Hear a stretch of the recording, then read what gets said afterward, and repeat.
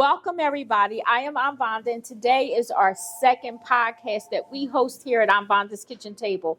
Today, I have the honor and pleasure to introduce a young lady, Yolanda Toole, who is a spiritual counselor, spiritual life coach. A spiritual life coach, and also a doula. And really, our conversation today will be based around the doula conversation. It is a big piece of the world today, and a lot of people don't know. Me, myself, I did not know just a few months ago, or maybe about 2 years ago, when I really heard the term of what a doula is. And for me, to have this table talk today is to really educate people on what happens in hospitals to young women who are pregnant, and how, sometimes that just doesn't go well, but we have other options. So I want to talk about that today and educate people on what a doula is, what a midwife is, and we'll just start off by first letting Yolanda introduce herself and tell us a little bit about yourself. Oh, thank you, Aunt Vonda. You're welcome. I'm so happy to be back in your beautiful restaurant and to talk about something that is not just close to my heart, but close to our community. Yes. And something that we really need to take seriously. As you said, I'm a certified spiritual life coach. Yes. The technical title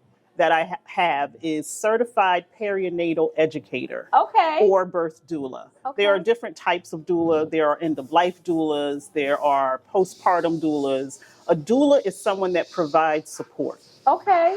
If we want to put it in plain language, I provide support. I create an environment of peace and calm. I make sure that birthing persons are supported physically, emotionally, and what other needs that they feel will help empower them to have the experience that they desire to have, whether it's birth, whether it's their end of their life, or any other circumstances. And the difference, and I think we need to be very clear about the difference between a doula and a midwife. I do not deliver babies. Doulas do not deliver babies.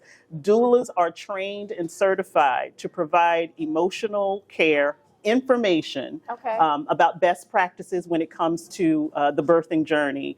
And we're there to support the entire family through that process. See, and that's interesting you said that, because years ago, you would just have children and just be expected to go through the process with no support.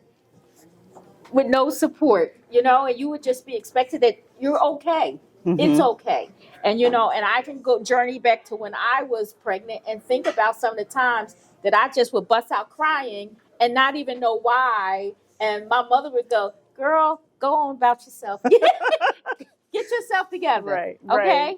Because we thought about the mechanics of birth, right? Absolutely. The mechanics of birth are to bring the baby into the world. Yes. Those are the mechanics. However, we have found with so much research that so much is involved in the birthing process. Yes. And as a spiritual life coach, I'm also knowledgeable that the imprint that happens at birth can carry along with someone their lifelong journey. Yes. So whether you've had a cesarean birth, whether you've had a late-term birth, those the energy that is created at that time can carry with us, can go with us along our lifespan. Okay. And so we think about the mechanics of birth as being the most important thing. And yes, everyone wants the babies to come into the world in a healthy way. Yes. But if that birthing person is in a different emotional state, there may be things that are missed. Right. If the family is in a different emotional state, there may be things being missed. And we want all babies, all people to come into this world with love, with care, with affection. Okay. And the way that we do birth now is not the way it's always been done. And so having a doula is really traditional methods of giving and delivering babies. Absolutely. We go back to indigenous people. Yes. There were always a community of individuals that helped that baby come into the world, but also supported that mother. And so that's also one of the reasons why I'm interested in this work. So when you say support that mother, I think, I have a grandbaby on the way. My first grandbaby. Oh, congratulations. Thank you. And, Kendra and Jarrell, my son and his girlfriend, Kendra, and I call her my daughter-in-law because she's been in our family for quite some time now. And they made me realize that, there's a different type of support, because Kendra kept saying to me one day, nobody thinks about the mother. Everybody's focused on the baby. And I'm like, what do you mean? What are you talking about? But me hearing her say it, I started doing my own research and really watched the show one night and was like, wow, I didn't realize that hospitals put you through this process. Even my niece that just had a baby was already planned for a C-section, and she was 6 months pregnant. And they already had a date that she would have this baby if she didn't deliver by this date. They're like, come to the hospital and this time, be here at 5 a.m. and we're going to deliver your baby. I'm like, how is that? How would that happen? So can you help me through that process of traditional, say, doula versus the hospital birthing process?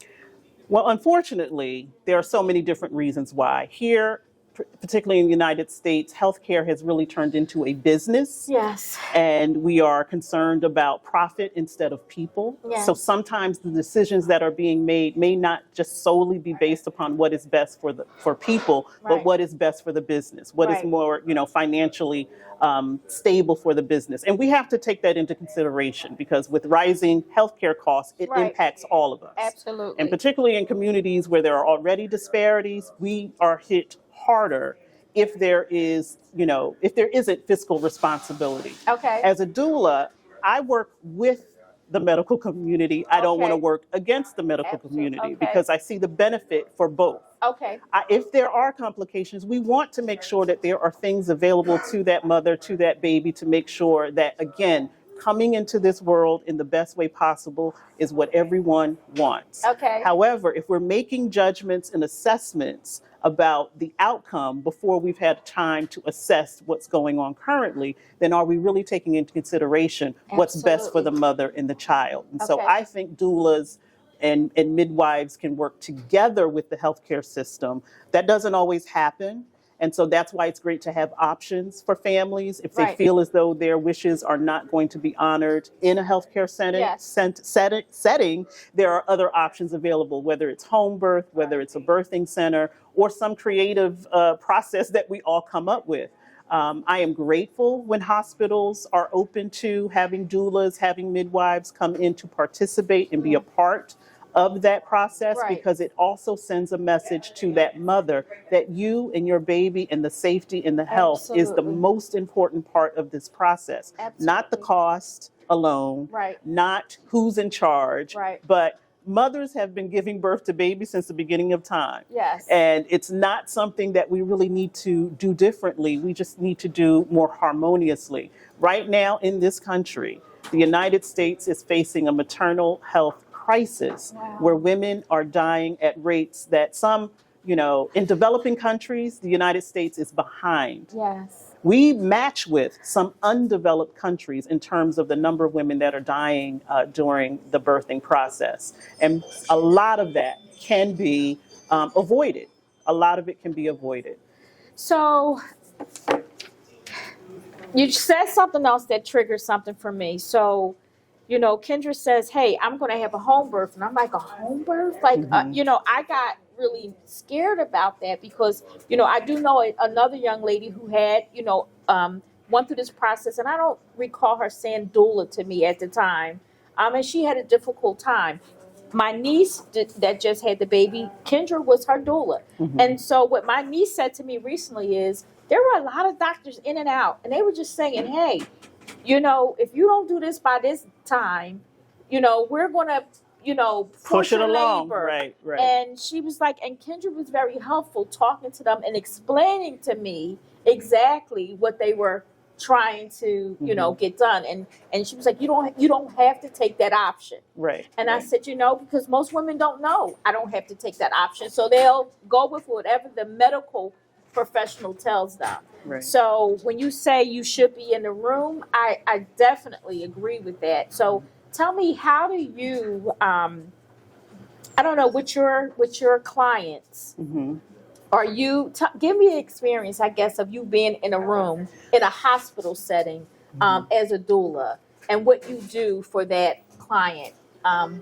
Well, because birth is one of the most unpredictable things that happen. We don't know what babies come when they Yes, come. that's a good point. Right. That's why we plan before that Okay. event happens. So when Okay. I have a client, from the very first visit, we start to talk about what do you wish for your experience to be. Okay. And my job as the doula is to provide as much information so that that mother, that family can make the decisions now before we get to, as I say, ground zero. Because when it's time, it's time. Okay. And all of the things that we may like to happen, even with the best planning, may not be available, may not be an option. Okay. But the more we discuss it and the more we talk about it and have as many people who are invested in that child's well-being give their input. Like, I love to make sure that fathers understand their importance in this process, because their importance after the baby is born is also going to be crucial. Okay. So we have a lot of discussions before we even get to the discussion about labor and delivery. What would you like for it to look like? Who would you like to be there? What things trigger you?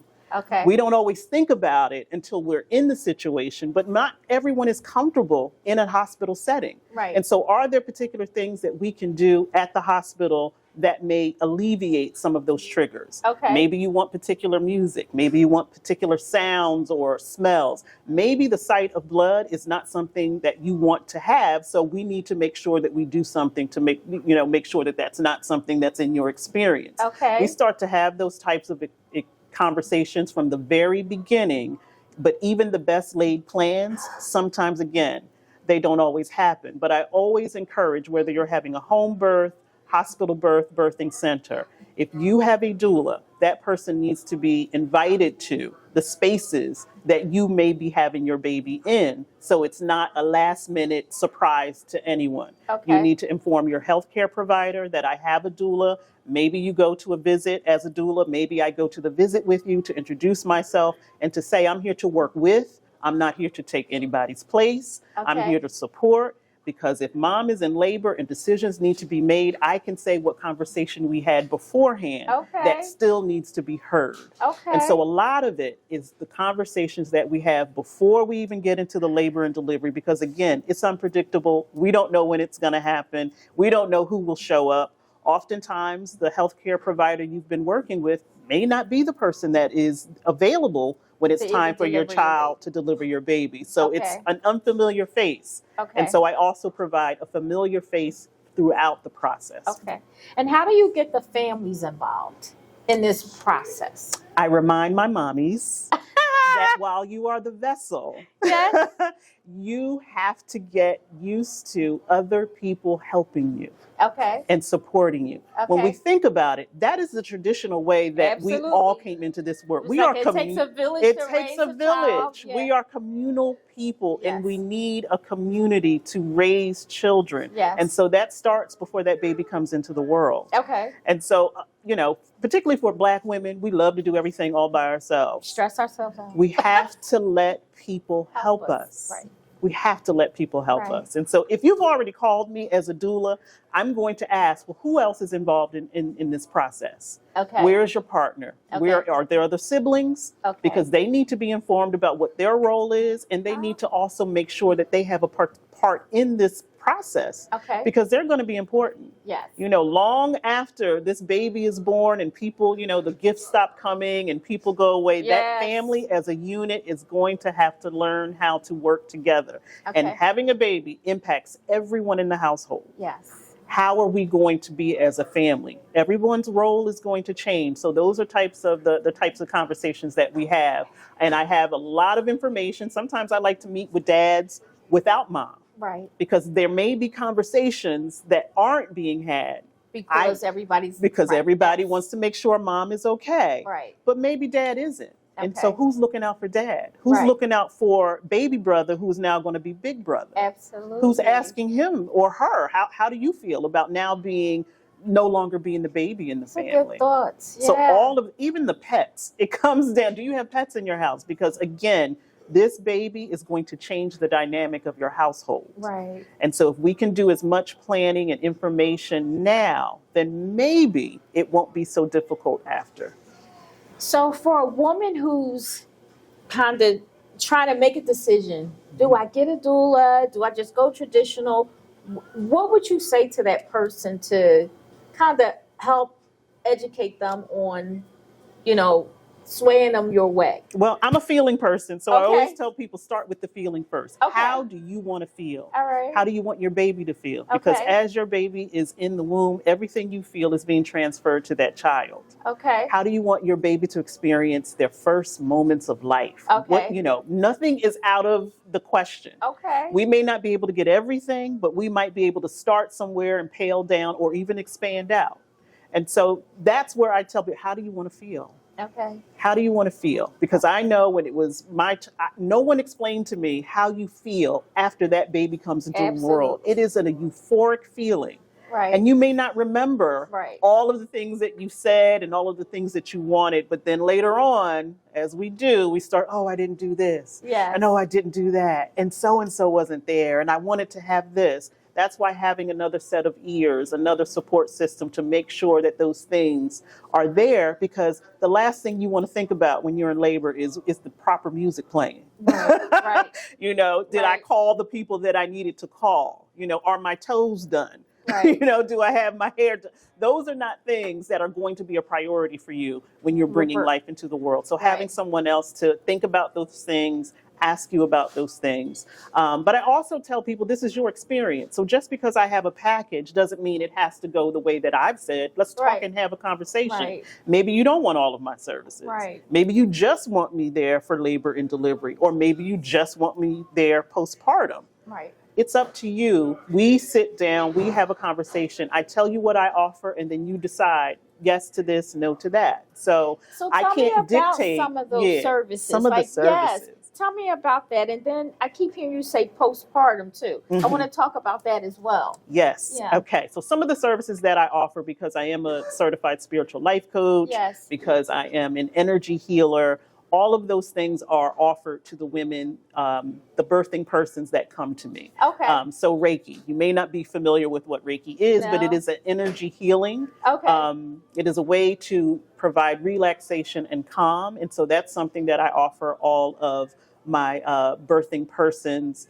It's not something that I force them to do, but if they Okay. want it, it's available. Okay. I'm also a massage therapist. Okay. So if that's something that you are Right. interested in, I have a grandbaby. She still gets massages at age 3. Ah. It's very, very calming. So Right. I can also teach mothers how to give their babies massages to help Okay. them with calming. One of the things that I did for my granddaughter when she came into the world, when I first got to meet her at the hospital, I did a blessing ceremony Okay. where I blessed her feet, I blessed her head, and I said a prayer over her so Okay. that she knew from this moment forward she was always going to be protected. Okay. And so that is something. There are blessing ceremonies that we can have for the mother.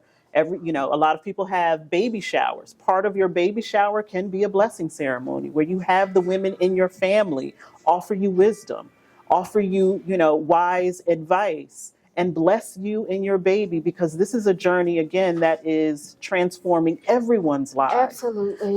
So some of those services and the postpartum services, Yes. again, when, oh my gosh, all right. I haven't seen him in, I don't even know how long. Oh my goodness. All right, postpartum services. Yes. Yes. All right, the postpartum services, because long after the people go away and the baby's there, unpredictability is still set in. One of the things that I'm grateful for, that after my daughter had her baby, the plan was stay with me for a week, because her bedroom was upstairs, and so then she wouldn't have to climb the stairs she stayed for a month. She stayed for a month. And what I was able to offer her was rest, support. Yes. When she was having issues with breastfeeding, Yes. I was able to do things for her. I was able to do whatever she needed me to do so that her moments were spent with her child. Okay. And not worried about laundry and dinner and breakfast and all of the things that mothers still have to worry about Yes. after a baby is here. Yes. And so postpartum services really are about, again, that conversation. What things will you need support with after this baby is born, so that Okay. you, again, are creating a stress-free environment for you, your child, and everyone in the household. Maybe there's laundry. Maybe there's night feeding that mom just is too tired to do. Dad isn't really sure how to do. And Right. so a postpartum doula can support with breastfeeding, because I'm also a lactation consultant. And so if breastfeeding is what that family has decided to do, that's something that we help with. Cleaning. Who is thinking about cleaning up a house, but then you got all of these people coming over? And so that is another service that can be offered to families, Yes. because again, it's about the family unit. Okay. And that's the conversation from the beginning. What would you like for your life to look like after the baby is born? Is there something that I can do while you're in the hospital? Can I go to your house and clean your house so that you come home to a clean environment? Right. That is part of the services. Oh. We really have a conversation This is about great. how do we alleviate the stress that's going to be there. I can't alleviate all of the stressors, but if there are some that I can, then let's talk about what we can do.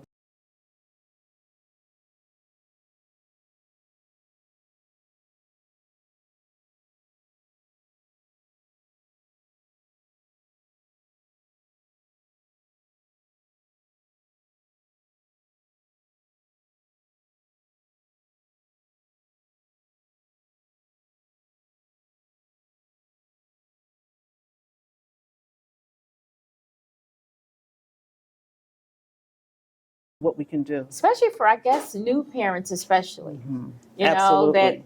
that's a big transition. And I can remember me being a new parent and living alone, and my mother wasn't far away, a few blocks away, and I said, my mother said, you got to stay with me. And I'm like, no, I just want to go home with my baby. And she's like, no. And the same thing happened. I said, I'm going to stay a week. And I was there for 3 weeks, you know, so she allowed me to get some rest and allowed me to, you know, kind of transition with my baby and to show me some things, because you know nothing. You're just kind of just going along, I guess, as a parent, just doing what you know best, right? So when you say that support, cleaning the house, you know, breastfeeding, how do you transition all of that? That is a great, I mean, that is probably one of the best things that I've heard, because I didn't even realize that doulas came after birth.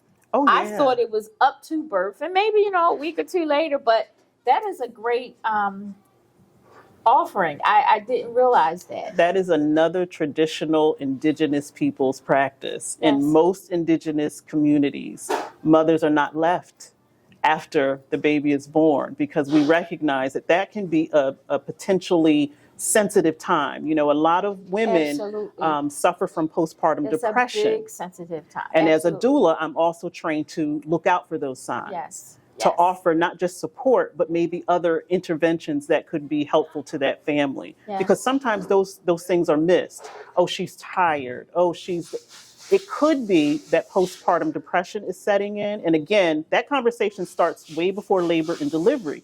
If this is an individual who has already had issues or experiences with depression or anxiety, that might even be magnified after birth. Okay. And so those are part of the conversations. You know, what things emotionally and mentally have you had, you know, experiences with that might be multiplied while you're pregnant and even after you're pregnant. Okay. And postpartum depression can last sometimes up to 2, even 3 years. We think it's right after the baby is born. It could be so long that, again, those signs could be missed. And so, I've given birth personally to 4 children. I wish I had. I was lucky. My mother was close by. But to have someone come to my home to make sure that I'm resting, Absolutely. I would have loved that. Absolutely. And I know that my children would have had a different mother and a different experience as well. Sounds good.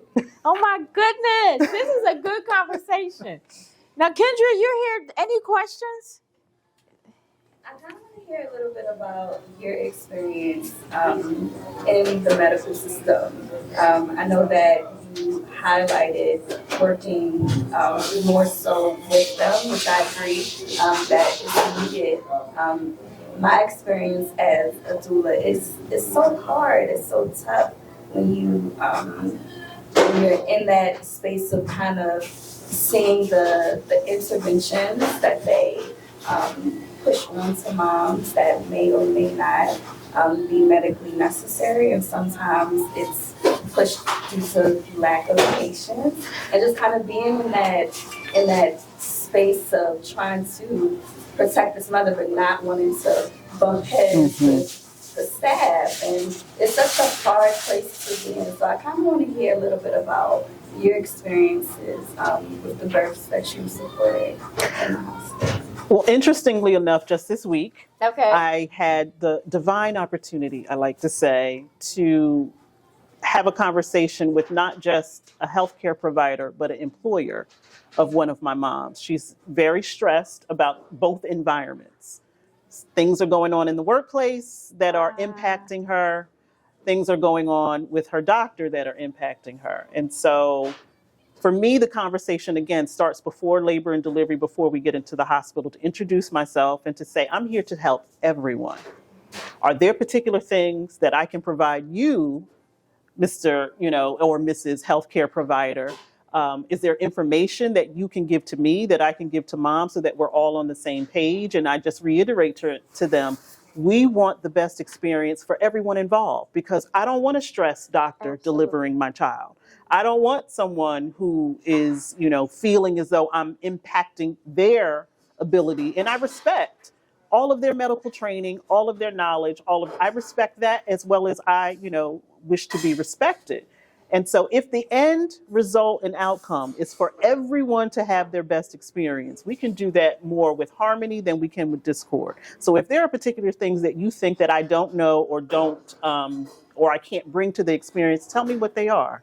And so I can give you information as to why that's not true. I have statistical data that talks about how doulas being a part of the birthing process actually can diminish some of the things that we're seeing, like maternal deaths, preterm, low birth babies, premature babies. All of those things can be diminished. And I know no healthcare provider wants to have those high risk type of outcomes. So what can we do to work together? And again, the conversation happens before, so I'm not a surprise at labor and delivery, like, hey, I'm here. And I also realize that I have to stay within my scope of practice. Okay. Again, I am a doula. I am not a midwife. Midwives are clinically trained to deliver babies into the world. That is not what I do. So I'm very clear about my role. Okay. And I want to also inform them that I'm not here to take over. I'm here to support and make sure that this journey is as stress-free for everyone involved. Yes. And so that's my approach. You can try to create a harmonious environment as much as possible. And that also empowers my birthing person to say, this is my team. Yes. And I'm driving this car, and I need everybody in the back seat to get along. Yes. Because you all are pushing me forward towards, making sure that this experience is great for me. And I also tell them there's the benefit of being a healthcare provider that is willing to work with a doula. You will actually have more trust from your patients if they understand that their concerns are valid, right, and that you're listening to them. Right. I can remember, like you said, sometimes you'll go to the doctor and you hear something and in your spirit that's Doesn't not sound right. but you don't Absolutely. say anything because you feel as though they are the authority figure. Absolutely. And so just this week I had to have a conversation and say, hey, we're all here to work together. Right. And we want what mom wants, which is to continue to work and continue to come to, you to provide healthcare services. But that can't happen if she doesn't feel seen and if she doesn't feel heard. And if she is stressed, then that is causing stress to her baby. And that's not what any one of us wants. So can we figure out a way to work together? So I'll let you know how that goes. But it's been my position to, number one, outline and say, I know what my role is, and I'm not here to take your role. I'm not here to... So you kind of introduced that initially. Early, very early. Okay. I asked all my mothers, does your healthcare provider know that you have a doula? If they don't, please inform them.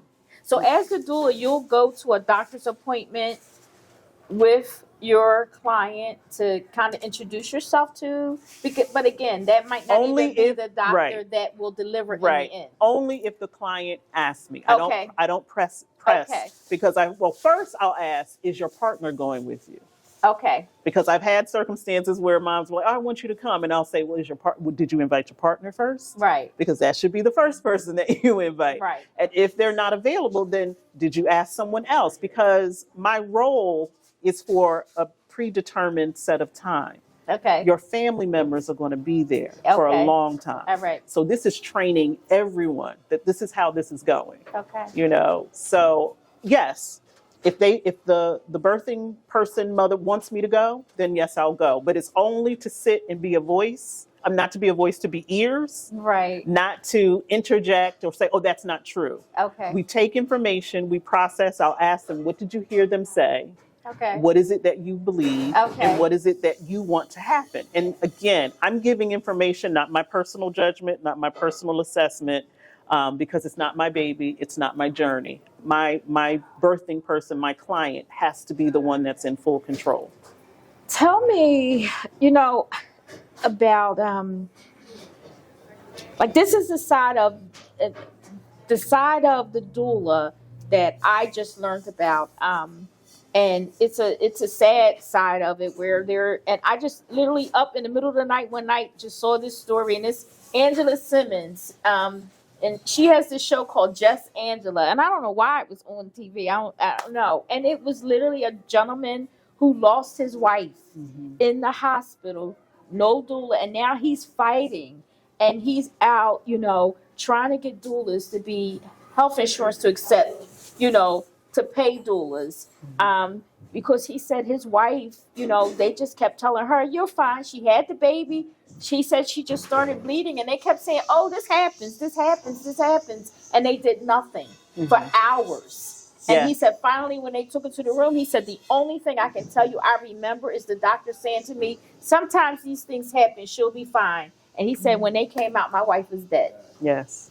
And so for those type of circumstances, I hear it more and more now of those type of things happening. And like you said, more and more in our communities that it's happening. So let's talk a little bit about, what is the reason that we all think or feel that is occurring?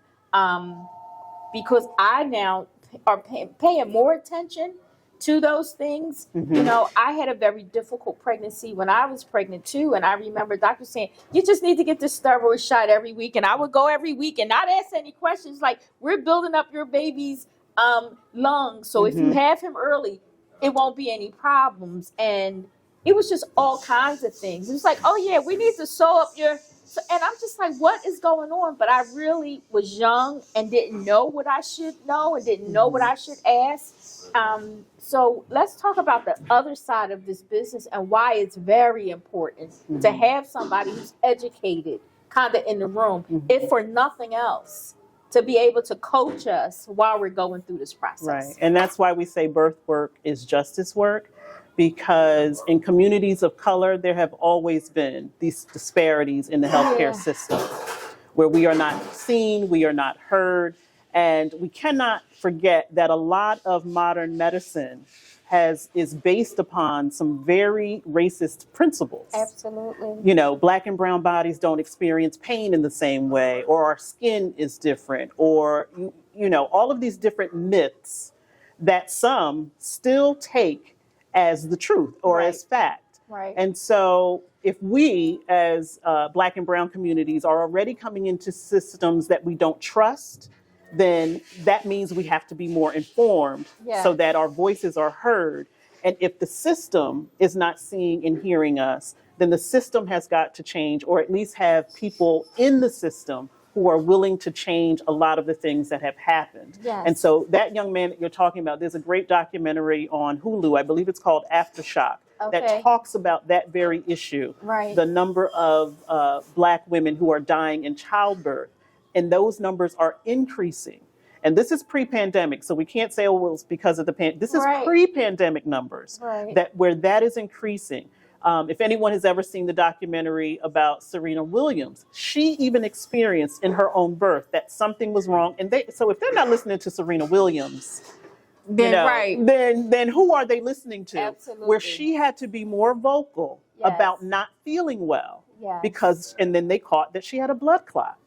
And so I, was not able to be present when my granddaughter was born because of COVID, but I was watching on Zoom. Okay. And I continuously saw my daughter telling them, I have to push, I have to push. They were not listening to her until she almost raised up out of the bed to say, I need to push now. And they said, oh, you're not dilated. When they checked her, the baby's head had already, she was ready to deliver.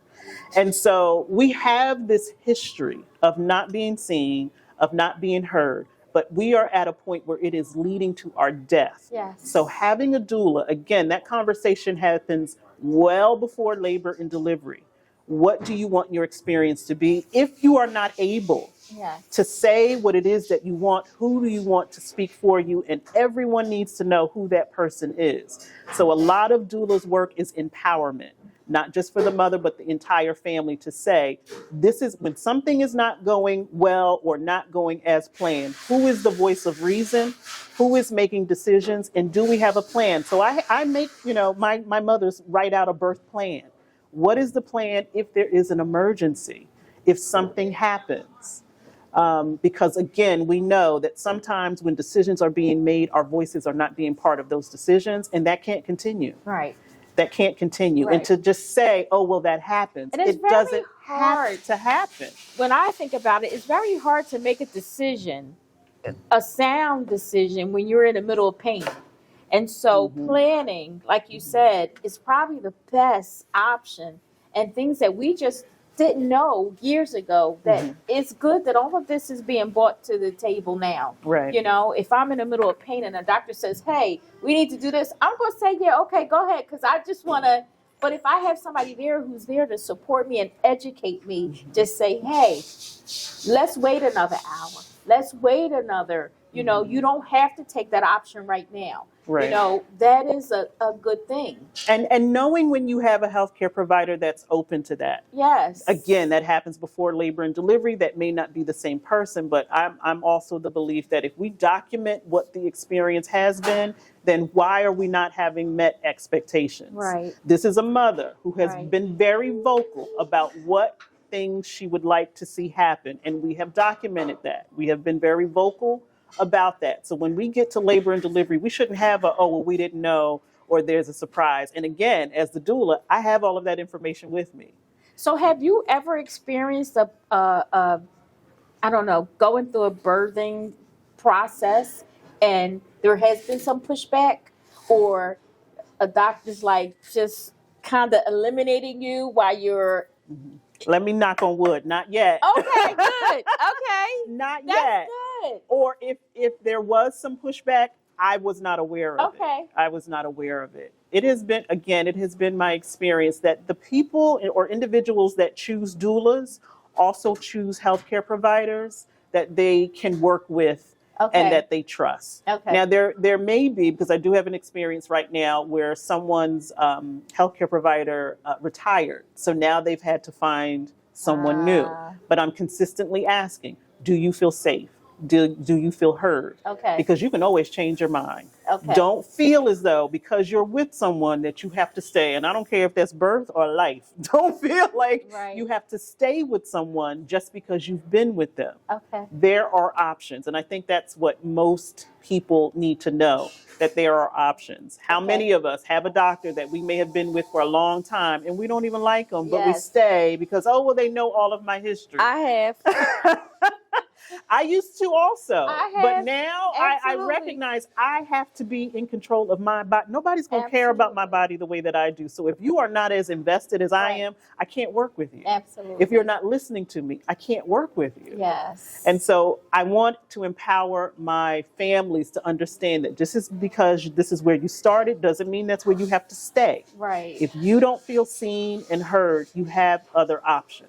Okay. Even if it's 2 weeks before your delivery date, if this is not the individual that you want you to bring your child into this world, you have the right to change your mind. Okay.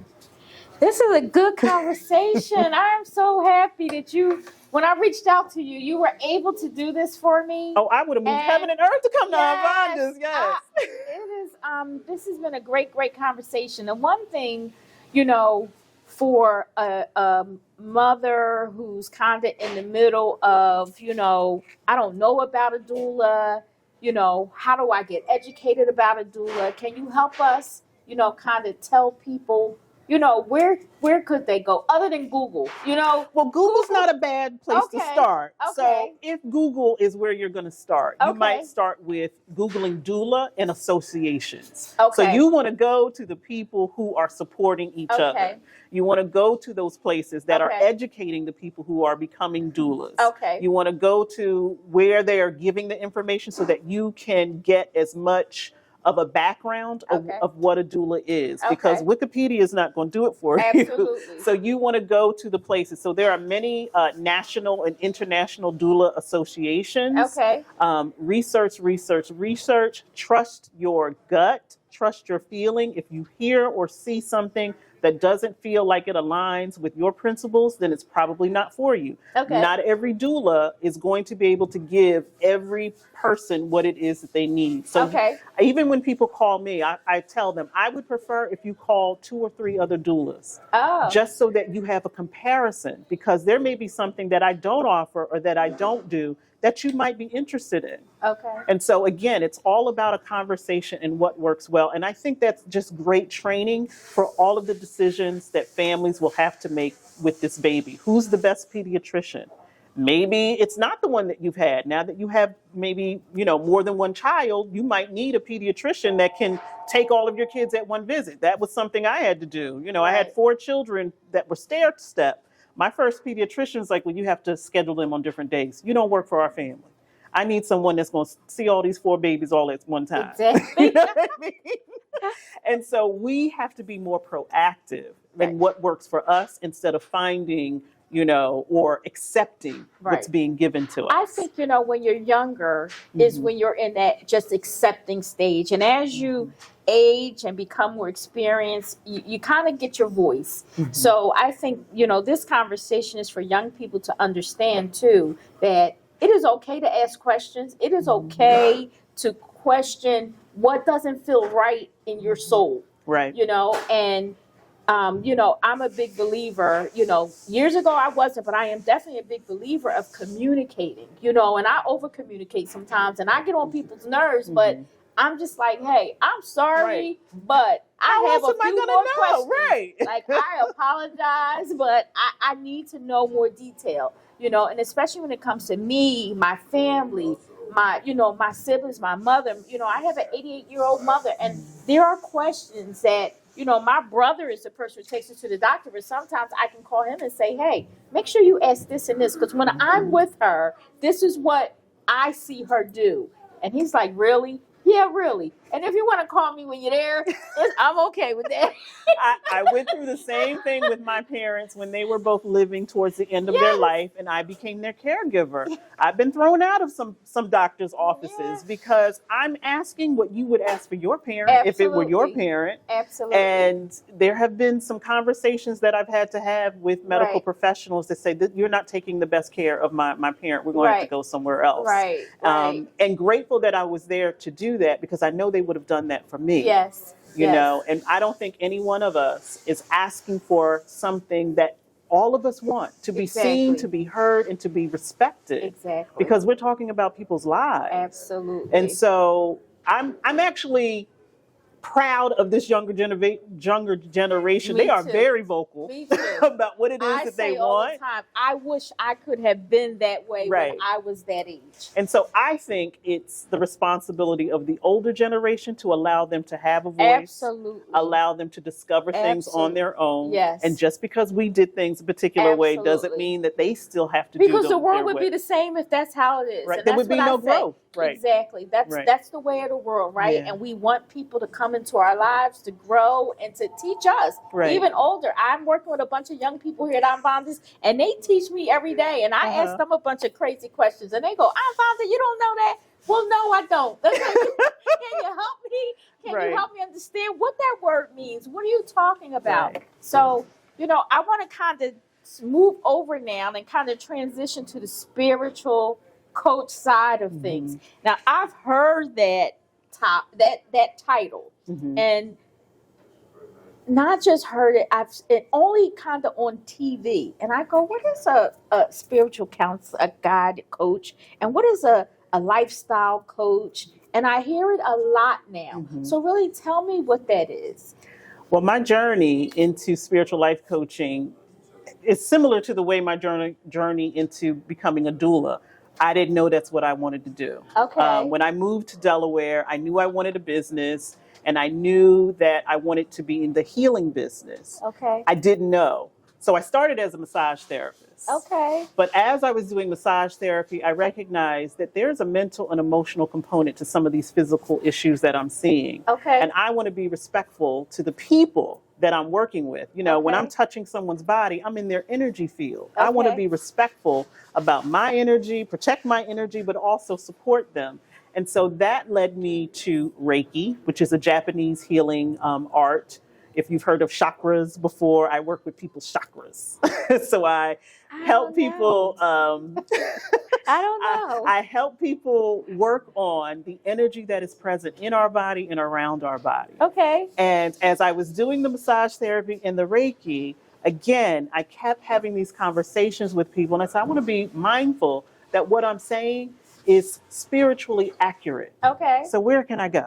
And I found myself at the Inner Visions Institute for Spiritual Development in Maryland, which was founded by, you may know her, Yolanda Toole. Oh, absolutely. And so I studied at the Institute for an entire year and received my certification there. The first 6 months was all personal healing, my own personal healing. Wow. One of the reasons I moved to Delaware is because of a great trauma that happened when I was living in New Jersey.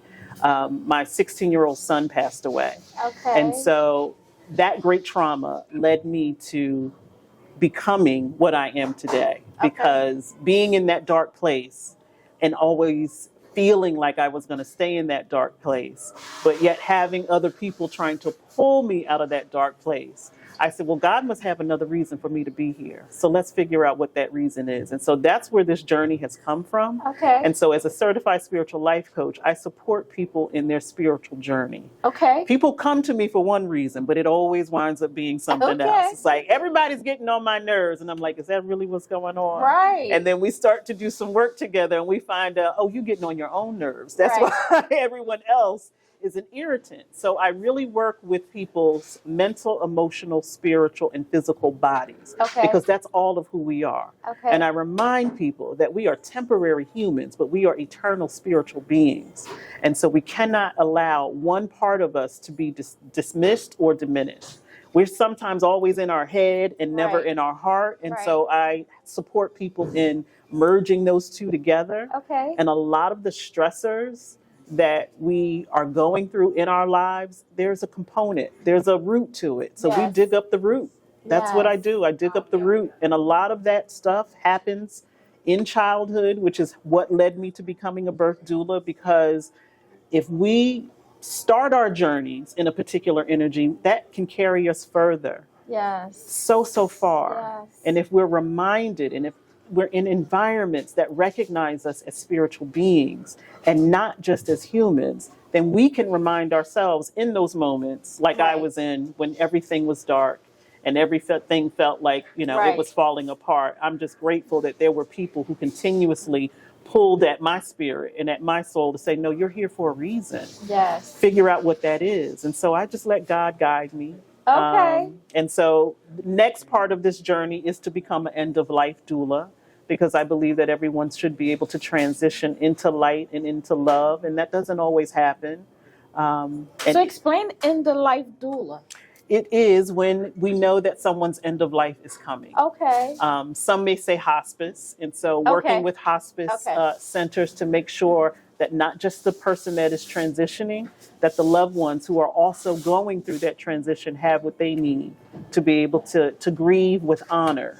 I believe that if we come here... This brother works in the hospice field, and there's a lot of times that he, you know, I can have conversations with him, and he goes, the family is just torn up right now. Like, and I don't even know, like, I can't even go in there and try to help them make peace because they're at each other's throat. Everybody has a decision to make. They want this and that. And he was like, and I'm not there for that, you know, because, but hearing that spiritual side probably is something that is needed when there's a loved one kind of going through getting to the end. It's similar And to the pain of birth. You know, when you're going through the pain yeah, of birth, you can't really make wow. those decisions. When you're going through the pain of death, it's sometimes difficult to make those decisions. So having a end of life doula can support the family and the Okay. loved one, because we all want our loved ones to transition in an Right. energy of love and not a lot of fighting and fussing. And Absolutely. sometimes people are transitioning alone. You know, we have Yes. a lot of individuals who leave this life with no one with them. Yes. And that's where a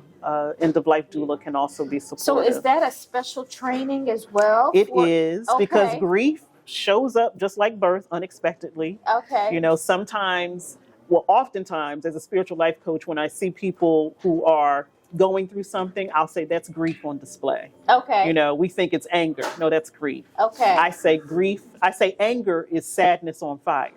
So when I Okay. see someone having a moment out in public and everyone's like, what's wrong with them? There's probably some grief going on that we can't see Okay. and we can't feel, but someone needs to have a sympathetic, empathetic ear in order to diffuse the situation. So there is special training Okay. that goes with end of life doula support, because you don't know what you're going to come up against Oh, my goodness. when families come together and those decisions need to be made. Absolutely. You really need to have trauma informed training and de-escalation techniques and all of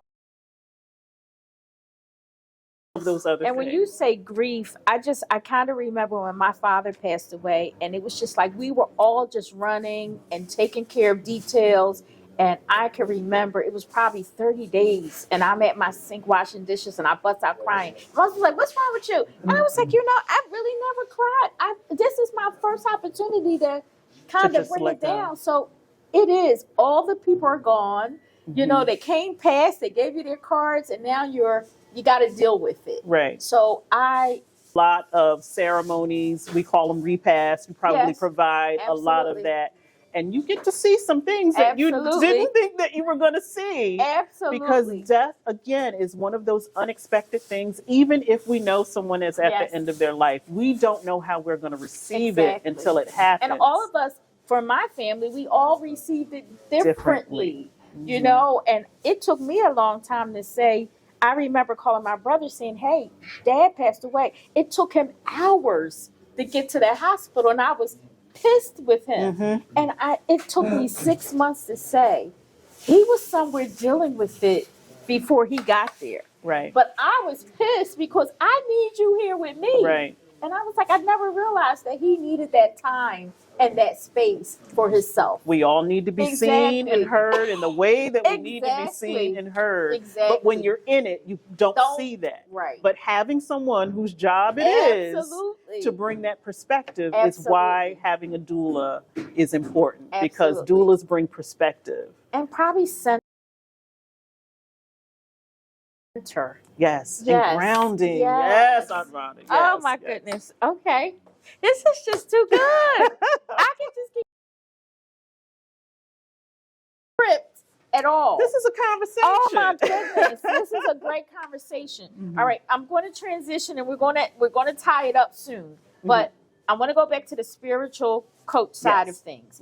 Tell me what those services are and what that looks like. And then I want you to tell everybody how we get in touch with you. You know, if anybody is interested in the doula side and the spiritual coach, you know, at the end, kind of tell us about that. Okay. But tell me what the services are for a spiritual coach. Well, all of my services, whether it's doula, whether it's Reiki, whether it's spiritual life coaching, starts with a conversation. So I always offer a free 60-minute conversation about, well, what is it?